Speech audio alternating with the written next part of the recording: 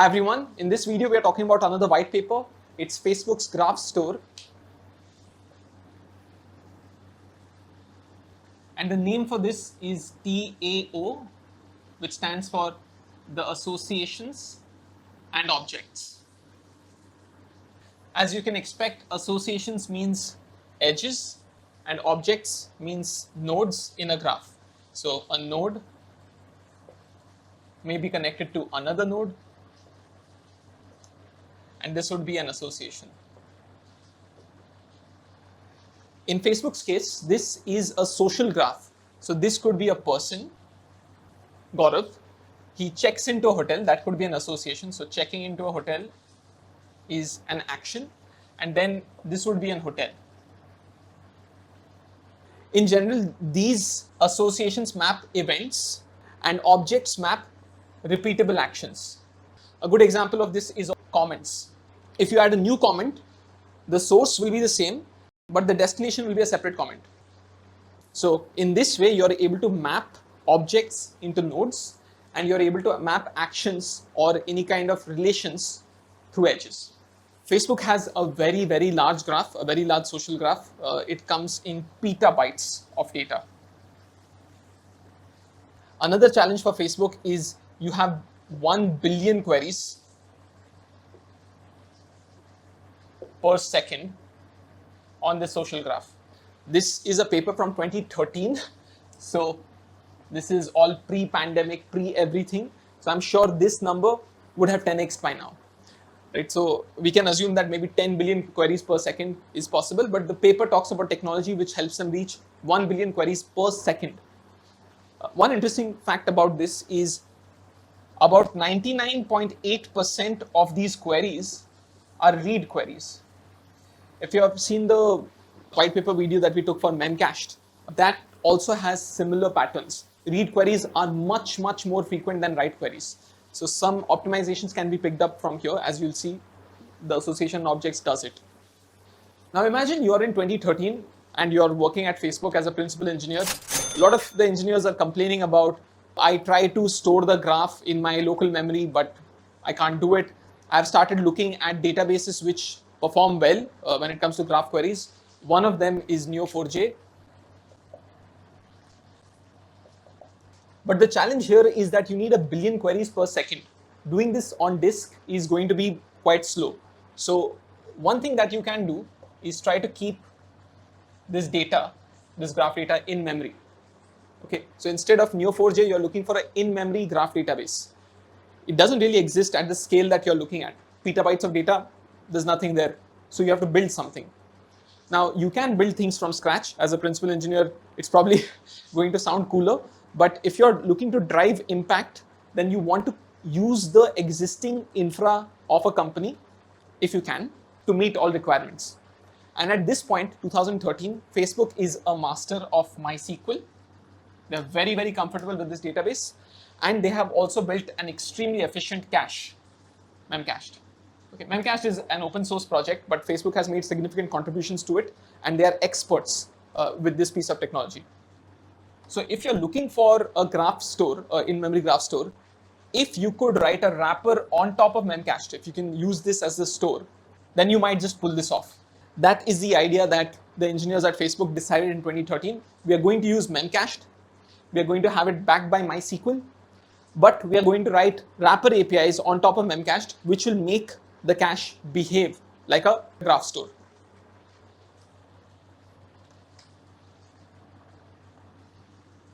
So let's just note this down. The first thing we want to do is we want low latency. And the way we are going to solve this problem is by keeping things in memory. We also want a graph store. The way we are going to do this is by having API wrappers over Memcached. It must be easy to use.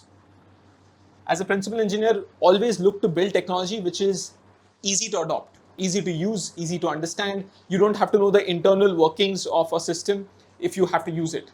Unless you do this, people are really not going to use your system. In fact, this is one of the motivations for creating the graph store. Facebook engineers would need to understand how Memcached worked. Memcached has its own nuances. It works in a particular way, the engineers would need to understand how memcached works and then fire graph queries on top of it. A lot of common optimizations that all of these engineers made were moved into a single graph store by the senior engineers at Facebook. That's the major motivation. Most technology, most engineering products are made for ease of use instead of high efficiency. Okay, efficiency can be made, but ease of use really needs design principle. Okay, so this is a core requirement. You're also looking at a high hit rate. Okay, you want to observe access patterns in your system and then have your technology mimic or solve for these access patterns. There is no perfect cache. There is only caches which are designed to solve a particular problem. Let's first pick this up.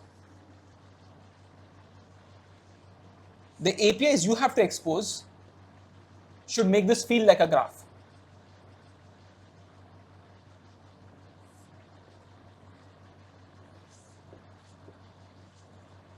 They are creating, reading, updating, or deleting an association. This means when Gaurav sends a friend request to Pramod Verma, I should be able to use an API which says add association, Gaurav, that is the source, Pramod, that is the destination, and then the type of the association is friend request. Okay, this should be a simple API for me. I can also say, get me all the friends of Gaurav.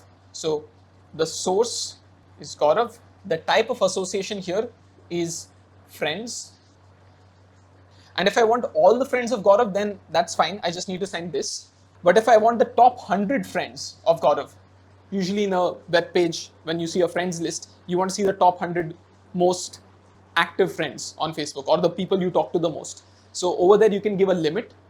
You can also mention time ranges, meaning in the last 15 days, get me my top 100 friends. So maybe the most recently added friends will come over here. That's now minus 15 days.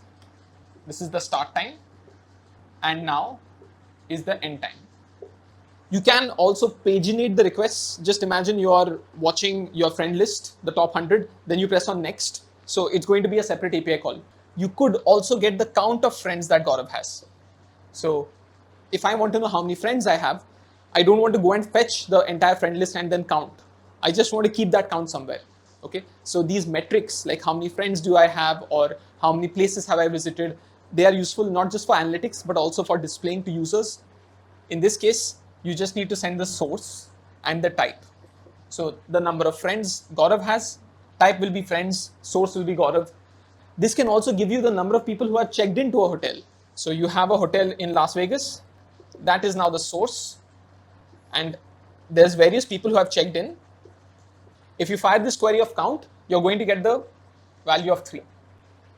How is this exactly happening? I mean, how can you have source of Las Vegas hotel? Isn't it person to Las Vegas? So Facebook does a clever thing here. It has bidirectional relations.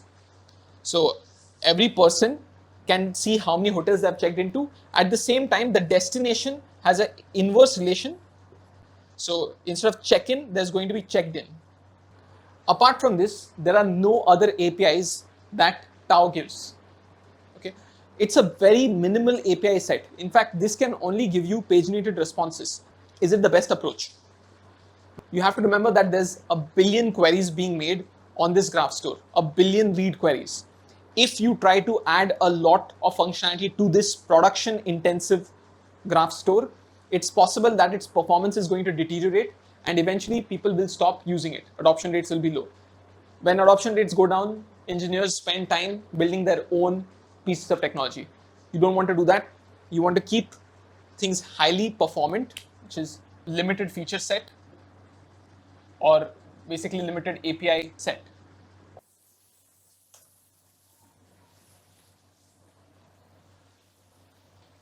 Now let's see how the graph store at Facebook is actually made scalable and performant using its architecture. Okay, so first thing is that the graph store is backed by MySQL. We talked about this earlier. You can't have a single MySQL server managing the entire graph store. Like we said, petabytes of data is a lot of data. and this is distributed across the world. So you need multiple MySQL nodes running. Also helps you scale out. And the second thing is you have multiple TAO caches running. So it's a distributed store again. When a person queries for an object, they're going to go to the server, the application server at Facebook.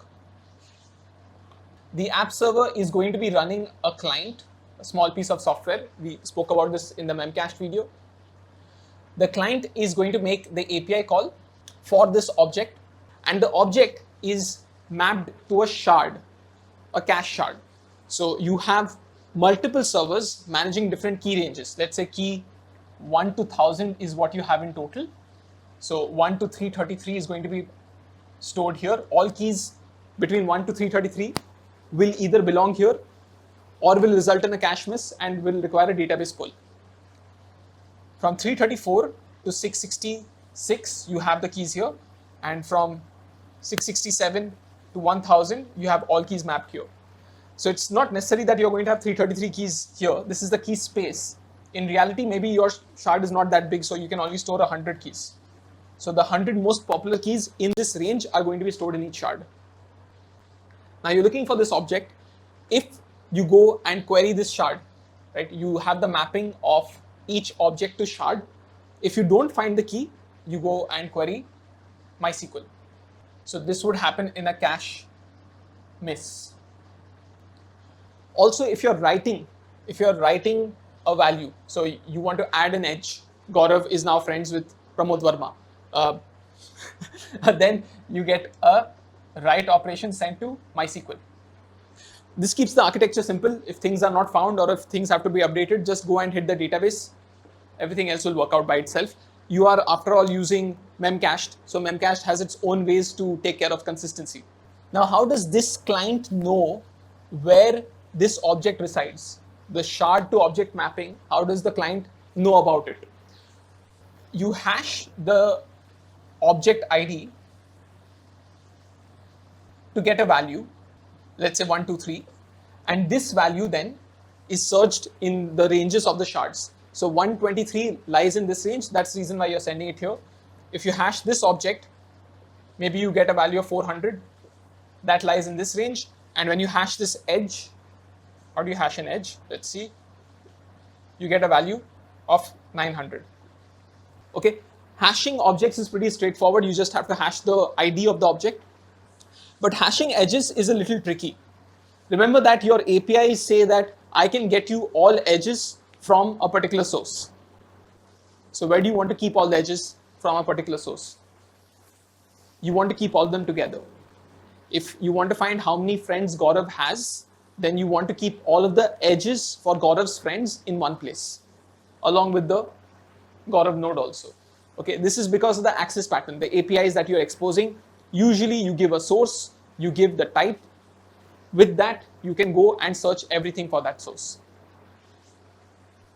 So ideally, you want to keep the hash of the source ID used for routing the edge object to a shard.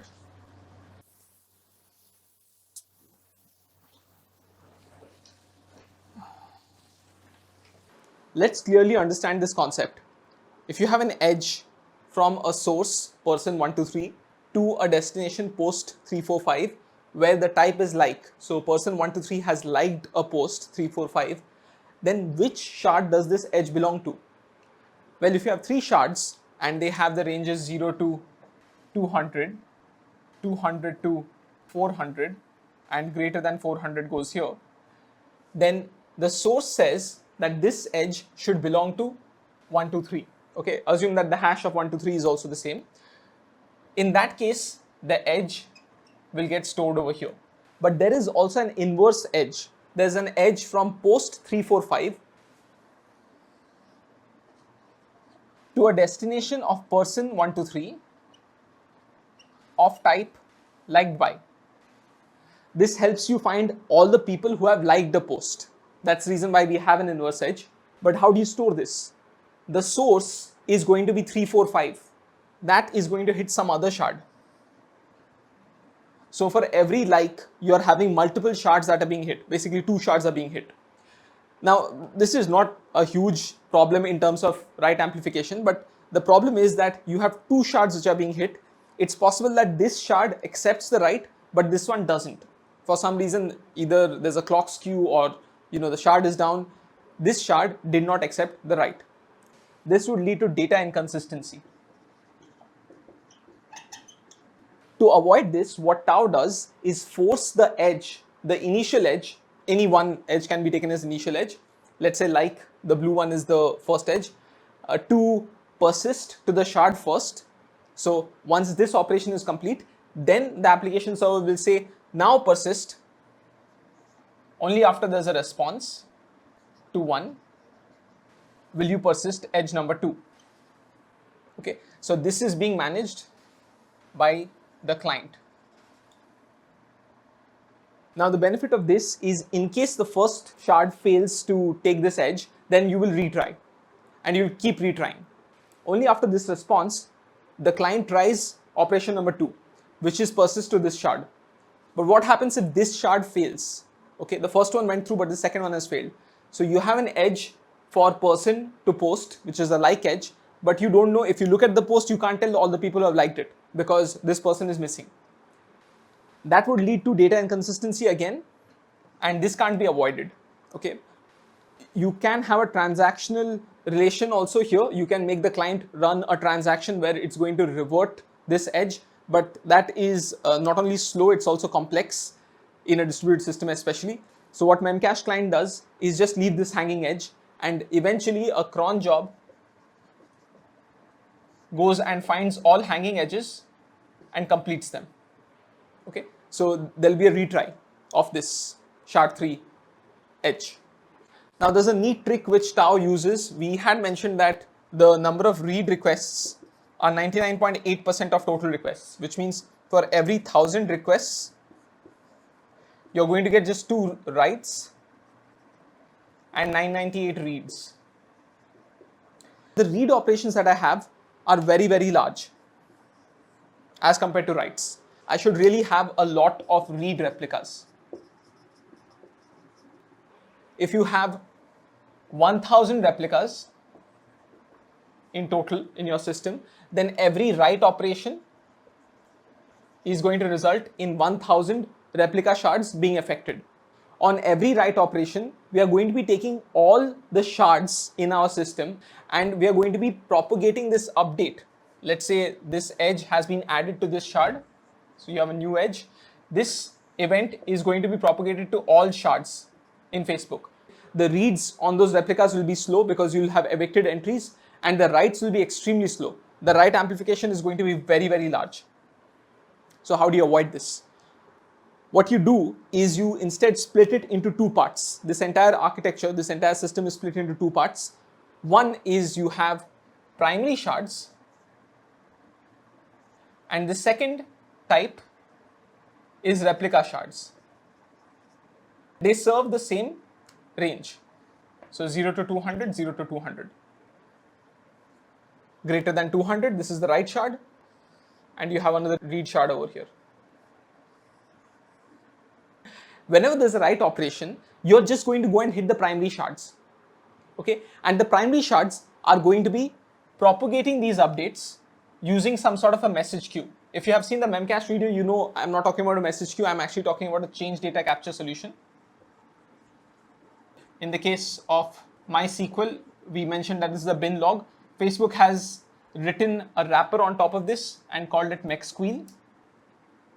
This actually propagates all of the events to only primary shards. So this shard will not get the event, but this other primary shard will get the event. Now, on every write, you don't have 1,000 replicas being updated. You don't have a write amplification of 1,000. You instead have a write amplification of, let's say, 10. Okay, because only 2% of the nodes need to be write nodes, need to be primary nodes. The rest can all be read nodes. And in the case of Facebook, they just have one primary shard for a key range. Okay, there are many replica shards for a key range, but there's only one primary. So this allows you to have read after write consistency. And the way this is done is very, very clever. We already talked about McSqueel actually propagating updates. But the other thing is whenever a client actually connects to your system, okay, you have a client here, you have a client here, they never directly connect to a primary shard. This edge that you see is actually never going to happen. All write operations are first sent to the nearest read replica. Okay, so let's take the red line and let's say that the first write operation goes to a read replica. The read replica then forwards it to the primary. One primary has many read replicas, but a read replica knows where its primary is. It goes there. This read replica will always forward to the primary here. The primary is going to actually persist it in the database, take the response and give it back to the replica shard. So this shard is consistent. Okay. Future reads on this shard will have the write reflected. That ensures that you have read after write consistency. Now there's one thing that we should discuss. In a social media system, it's very common to see viral events happening. You can scale your shard, you can scale the entire graph store, but viral events means you need to protect your shards also from too many requests. Okay, things like rate limiting, backpropagation, short circuiting is what we are looking at. Facebook does it in another interesting way. What it says is if you have a lot of heat on a single shard, it's possible that everybody is suddenly looking for a post from Shah Rukh Khan. Okay, so this is the source ID. Now Shah Rukh Khan is a very famous person. The post will also become very famous. That post is going to have thousands of edges, maybe hundreds of thousands of edges, which are likes, comments, shares, and so on. Okay, so this node is extremely hot. If you store all of these edges, which in total may be millions of edges in a single shard, then that shard is going to get super hot. It doesn't matter what you do in terms of reads and writes, this shard is just abnormally hot for a while. To mitigate this problem slightly, you can route by source plus type. So all likes on this post are routed to one shard, all comments on this post, that's a different type of edge, are routed to another shard, and all shares on that post, so source ID plus type, are routed to another shard. It mitigates the problem in some cases, but it doesn't in many other cases. The number of likes on a single shard here may still be very high. And in the worst case, there's going to be a comment by Amitabh Bachchan congratulating Shah Rukh Khan on something. The post was super hot anyway. Now you have a super hot comment also. And maybe news media is now promoting this. So even if you shard by source plus type, it may not be enough. What do you do here? Just query the DB. Okay, you have a client which is asking for this post. The shard is too hot. If the shard is failing, start querying the database. And you might think, well, why don't you add more read replicas here? It won't help. Because if you add more read replicas, you have the same data that is being stored in these shards. The problem isn't that you can't store this post or this single comment. The problem is you can't store thousands or lakhs of likes in a single shard. Okay, the amount of data is too much. You can't have all of this data in a single shard. There's really no point to try to push it into a single shard. You have a LRU policy. If you try to host all of this data in this shard, all you're going to have is thrashing. You're going to get like for Gaurav. Okay, you fetch it from the database. Somebody else comes at the same time from the US and they want to see a like from their friend. So you go and fetch that from the database. Instead of having thrashing, instead of having all of these evictions and very poor performance for this shard, just query the database directly. You are going to get it from there anyway. That's it for TAO. This is a very interesting paper. To me, it's one of my favorite papers because I look at the system, which is a graph store, and it feels like a graph store, it moves like a graph store, but internally it is memcached. It's using McSqueel, it's using all of the algorithms that memcached uses to build a graph store. So instead of trying to build something from scratch, Facebook built its own graph store on existing technology. Thank you for watching this. If you like the video, then I have a website called Interview Ready where I teach system design. So I have a full-fledged system design course with over 300 videos. You can check that out. Until next time, see you. Bye-bye.